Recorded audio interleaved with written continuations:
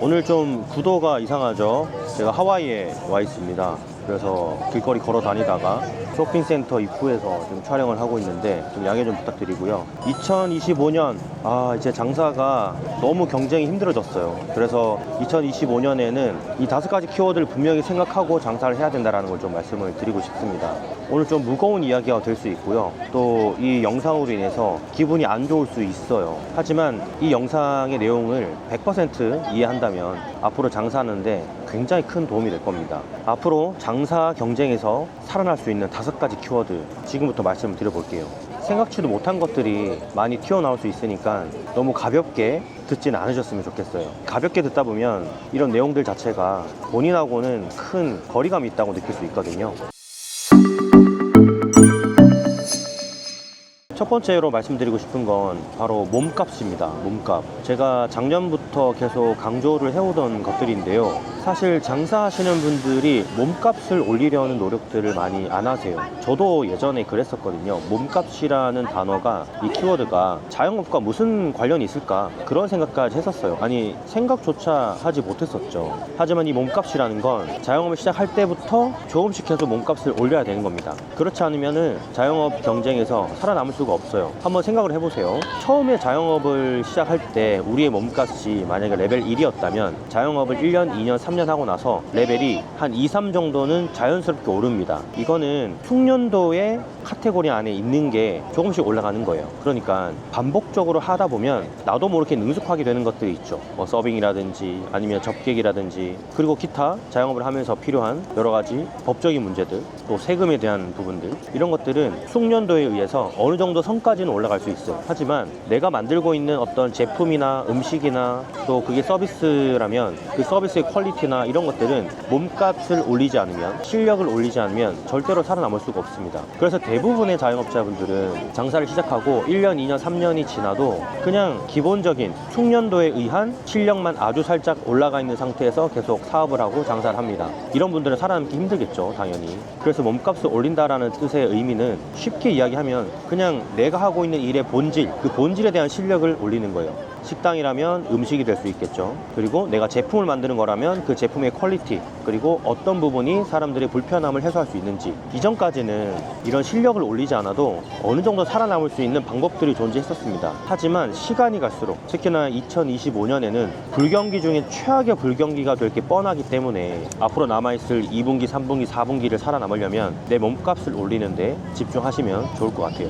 두 번째는요, 바로 시스템 확립입니다. 시스템이라고 하면 자영업을 하시는 분들한테는 굉장히 생소한 단어로 들릴 수 있어요. 하지만 아주 쉽게 제가 좀 설명을 해드리자면, 시스템이라는 게 장사를 시작할 때부터, 내가 자영업을 시작할 때부터 생각을 하고 확립을 시켜야 되는 거예요. 정말 더 사소한 걸로 얘기를 하자면 이런 것도 하나의 시스템이 될 수 있는데요. 손님이 우리 매장에 들어왔을 때 어서 오세요 땡땡땡입니다, 아니면 뭐 반갑습니다 땡땡땡입니다 하는 그 멘트 있죠. 그 멘트가 직원들이나 알바들, 그리고 나조차도, 사장님조차도 입에서 아주 자연스럽게 나오는 것 자체가 시스템입니다. 제가 아주 사소한 부분을 말씀을 드린 거예요. 여기서 좀 더 나아가자면 매장이 돌아가는 구조의 모든 첫 단부터 끝 단까지, 이게 종류가 굉장히 많겠죠. 뭐 아까 처음에 말씀드렸던 인사라든지 아니면 음식을 만드는 거라든지 또 접객을 하는 거라든지, 이런 것들이 다 시스템화 되어 있어야 된다는 거예요. 그래서 우리가 장사를 처음 할 때, 사업을 처음 할 때부터 시스템을 만들기 위한 장사라고 생각을 한다면 그냥 그때그때 손님이 들어오고 나가고 음식을 만들고 뭐 직원을 채용하고 접객을 하고 서비스를 하고, 이런 것들이 있어서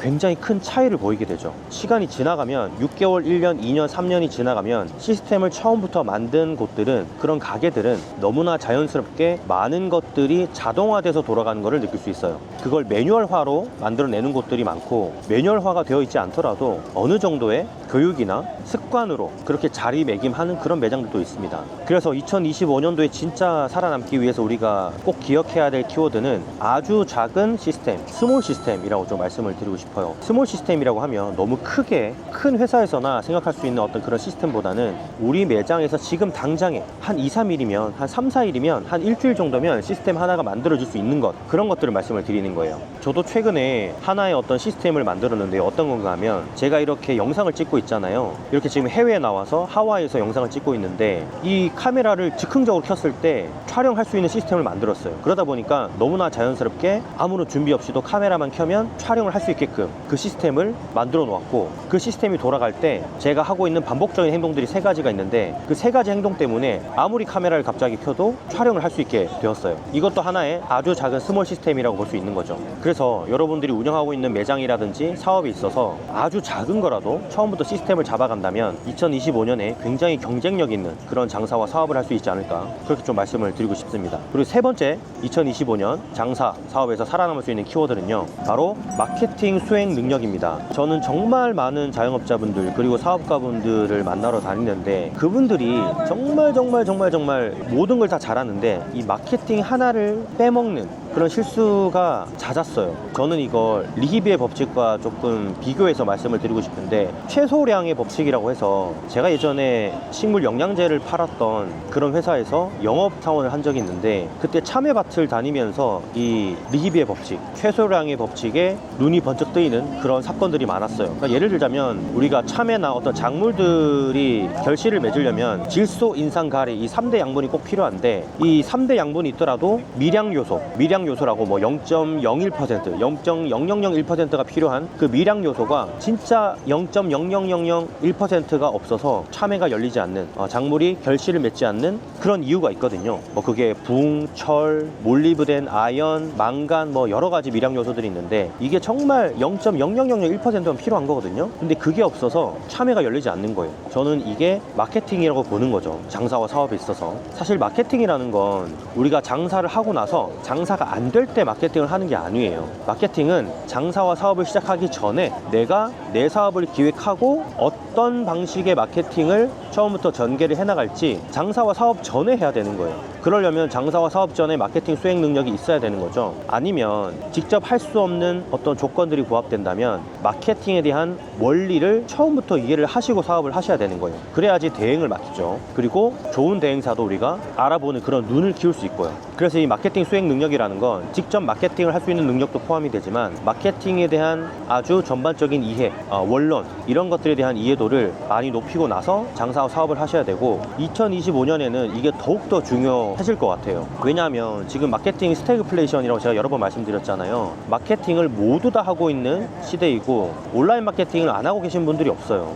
그런데 그 마케팅 가격이 또 많이 올라가 있어요. 예전에는 퍼포먼스 마케팅 조금만 잘하면 오프라인 매장이든 온라인 사업이든 꽤 괜찮았어요. 그런데 요즘에는 퍼포먼스 마케팅을 해보면 정말 비용이 많이 늘어났습니다. 실제로 제가 운영한 회사에서 거의 마케팅 비용으로 연간 몇 억씩을 태우거든요. 그때 보면은 효율 자체가 많이 떨어져 있는 것을 느낄 수 있어요. 그리고 예전에는 오프라인 매장, 즉 식당들이 온라인에서 어떤 퍼포먼스 마케팅이나 뭐 CPC 광고 같은 것들을 많이 하지 않았는데, 저도 유튜브에서 늘 그런 마케팅에 대해서 알려드리고 말씀을 드리다 보니까 지금은 진짜 많은 매장들이 그런 마케팅을 하고 있거든요. 그러다 보니까 광고 단가도 올라가고 효율은 떨어지는 그런 스태그플레이션 현상이 계속 일어나고 있어요. 그래서 2025년에는 이런 마케팅 시장에서 어떻게 하면 우리 매장, 내 사업, 내 장사가 더 돋보일 수 있고 효율을 많이 낼 수 있는지 지금부터라도 공부를 하셔야 돼요. 저는 개인적으로 오프라인 매장의 마케팅의 꽃은 오프라인 마케팅이라고 말씀을 드리고 싶은데요. 온라인 마케팅은 이제는 마케팅 대행사에 맡기면 어느 정도는 잘 해줘요. 근데 현장에서 이 마케팅 능력이 떨어지다 보니까 잘 안 되는 부분이 많은 거죠. 그러니까 현장에서의 마케팅이라는 건 손님이 매장에 들어오기 전부터 시작이고, 매장에 무언가를 보고 들어와서 주문을 하고 식당이라면 음식을 먹고 결제를 하고 나가기까지의 모든 어떤 과정들이 마케팅이 버무려져 있어야 되는 거예요. 근데 그게 안타까운 매장들이 많은 거죠. 그래서 마케팅 대행을 하다 보면 아무리 온라인에서 많은 마케팅 대행을 하더라도 그게 지속 가능하지 않은 매장들이 굉장히 많았어요. 즉 그런 곳들은 오프라인 마케팅이 부족한 거죠. 그래서 오프라인 마케팅이 수반되어야 온라인 마케팅의 시너지가 많이 올라갈 수 있다, 이런 걸 좀 말씀을 드리고 싶고, 자, 그 다음은 CLV입니다. 제가 여러 번 말씀드렸죠. 아직도 CLV에 대한 이해를 못 하시는 분들 있을 수 있습니다. 커스터머 라이프타임 밸류, 즉 고객 생애 가치입니다. 제가 마케팅 이야기를 하면서 CLV를 바로 말씀드린 이유가 있어요. 바로 이게 굉장히 밀접한 연관관계가 있거든요. 굉장히 굉장히 긴밀한 관계에 속해 있어요. 이 마케팅과 CLV는. 즉 마케팅이 일회성 판매에 의한 마케팅을 하면 안 되고 CLV를 쌓아가는 마케팅을 해야 되는 거예요. 그래서 CLV가 굉장히 중요한 거예요. 고객 생애 가치라는 건 한 사람이 우리 매장에 평생 동안 매출을 내어주는 그 가치, 그거를 고객 생애 가치라고 하고 이걸 CLV라고 합니다. 그러면 이 손님이 우리 매장에 얼마만큼의 전체 매출을 내줄 수 있게 만드느냐, 그게 우리가 CLV 지수를 올릴 수 있는 스킬을 가질 수 있는 거예요. 근데 여기서 제가 스킬이라고 표현한 게 잘못된 겁니다. 여러분, CLV는 스킬로 만들어가는 게 아니라 신뢰로 만들어가는 거예요. 그리고 본질로 만들어가는 겁니다. 음식이라면 음식의 맛이 될 수 있겠죠. 제품이라면 제품의 퀄리티가 될 수 있겠죠. 그리고 서비스라면 서비스의 깊이, 그리고 손님이 느끼는 감정, 이런 것들이 CLV의 지수를 높여갈 수 있는 본질이라는 거예요. 그래서 CLV는 제가 늘 모든 콘텐츠에서 강조를 하고 있는데, 제가 이 하와이에 왔기 때문에 하나 좀 더 말씀을 드리자면, 하와이에 있는 식당들은, 많은 식당들이 대부분 굿즈를 팔고 있어요. 컵을 판다든지 티셔츠를 판다든지 모자를 판다든지 아니면 어떤 접시를 판다든지 본인 매장의 어떤 로고와 카피 그리고 캐릭터를 그려서 대부분의 식당들이 그렇게 판매를 하고 있더라고요. 그래서 제가 궁금해서 물어봤어요. 아, 왜 하와이세... 죄송합니다. 방금 누군가가 쓰레기를 버리시고 쓰레기차 큰 걸로 제 카메라를 치려고 해가지고 제가 잠깐 멈췄고요. 그래서 이 하와이에서 제가 느낀 게 뭔가 하면, 이 아주 작은 매장들이라도 이 굿즈를 파는 걸 보고 궁금해서 좀 여러 번 여쭤봤었는데, 하와이에 있는 매장들은 굉장히 업력이 오래된 매장들이 많았어요. 최소 5년, 그리고 막 6년, 10년 이런 매장들이 많았는데, 관광지임에도 불구하고요, 여기에 살고 있는 사람들이 좋아하는 매장들, 즉 팬층이 확실했어요. 그러다 보니까 굿즈를 만들어서 출시를 하게 되면 여기에 있는 기존의 이 매장을 좋아했던 손님들이 1차로 그 굿즈를 구매하게 되고, 관광객들도 이 매장에 감동을 느꼈다면 그 굿즈를 사게 되는 그런 선순환이 일어나고 있더라고요. 그러니까 이런 굿즈라는 건 사실 우리나라에서는 브랜드만 할 수 있는 일이잖아요. 브랜드가 굿즈를 만들면 사람들이 사는 건데, 일반 식당에서는 이런 굿즈를 만들다고 해서 사람들이 소비를 하진 않잖아요. 여기서 굉장히 큰 인사이트를 느꼈습니다. 즉 많은 손님을 받는 것도 중요한데, CLV, 고객 생애 가치, 한 손님이 2번 오고 3번 오고 또 1년, 2년, 3년, 4년 동안 단골이 되면서 굉장히 두터운 팬으로 성장하고, 그 팬층이 많이 두텁다면 굿즈 같은 걸 만들어도 충분히 구매를 한다라는 거죠. 그리고 그 굿즈를 입고 쓰고 사용함으로써 내가 이 매장에 어느 정도의 감정을 가지고 있는지, 이 브랜드를 얼마나 좋아하는지, 그리고 그 매장이 진정한 브랜드로 거듭나는 그런 어떤 가치로 판단되는 기준이 아닐까 싶은 그런 생각이 들었어요. 그래서 우리는 지금부터라도 CLV를 생각해서 장사와 사업을 할 수 있는 그런 구조를 만들어야 되지 않을까 하는 말씀을 좀 드리고 싶고요. 자, 마지막으로 말씀드린 2025년 장사에서 살아남을 수 있는 키워드는 지금 여러분들의 브랜드를 평가해 보는 거예요. 즉 객관적인 자체 평가 시스템을 가져야 된다는 거죠. 자, 우리가 장사와 사업을 하면서 내 브랜드에 대한, 내 가게에 대한, 내 서비스에 대한 객관적으로 평가를 해보는 기간은 그렇게 갖질 않아요. 왜냐하면 뭐 리뷰 체험단 같은 걸 많이 하잖아요. 블로그 체험단도 하고 리뷰 이벤트도 많이 하고, 그러다 보니까 사실 안 좋은 이야기가 전혀 달리질 않습니다. 개선해야 될 사항들이 전혀 수집되고 있지 않고 있어요. 여러분 그거 느끼시고 계시죠? 다 칭찬밖에 없는 거예요. 좋은 걸 달아줘야 되는 거예요. 무언가 혜택을 받으니까요.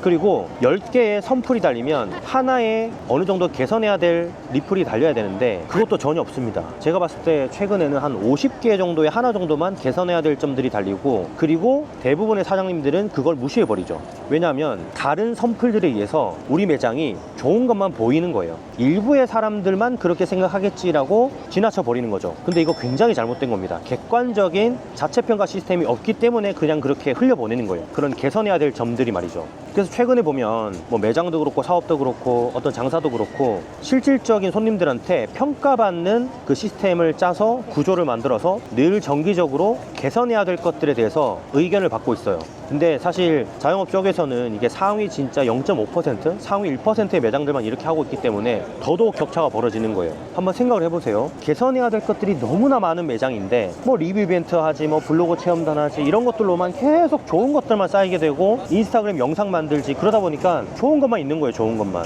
근데 실질적으로 이 매장을 좋아하는 아무리 팬이더라도 개선해야 될 것들이 보이거든요. 오히려 내가 이 매장을, 이 브랜드를 사랑하기 때문에 개선해야 될 것들이 진심으로 보이는, 보이는데 그걸 사장님들은 무시해버린다는 거죠. 그래서 일부 매장들은 뭐 QR코드라든지 아니면 매장을 사용하고 나서 어떤 퀘스천 문자가 간다든지, 그리고 카카오톡 채널을 이용해서 손님들의 설문을 받는다든지, 뭐 현장에서 직접 의견을 듣는다든지, 미스터리 쇼퍼를 통해서 개선해야 될 것들을 분기별로 반기별로 그렇게 정립해 나가는 매장이나 브랜드도 있고요. 그런 걸 보면 진짜 갭 차이가 너무 많이 나겠죠. 그래서 장사든 사업이든 모든 일에 있어서 우리는 개선해야 될 것들을 계속해서 만들어 나가야 되고, 그 시스템을 갖춰서 정기적으로 우리 브랜드에 대한 객관적인 자체 평가 시스템, 브랜드 메타인지를 계속해서 확인할 수 있는 그런 구조를 만드셔야 됩니다. 2025년에 장사 경쟁 키워드에서 살아남으려면 이건 꼭 필수라고 말씀을 드리고 싶어요.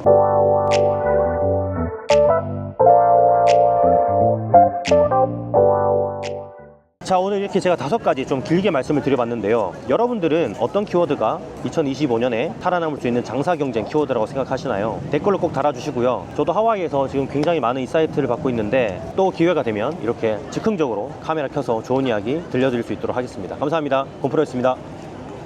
와, 근데 하와이 오늘 진짜 날씨 선선하고 좋네요. 제 뒤에 엄청 예쁜 거 보이죠? 하와이가 물가만 좀 저렴해지면 정말 좋은 그런 도시가 될 것 같아요. 들어갈게요.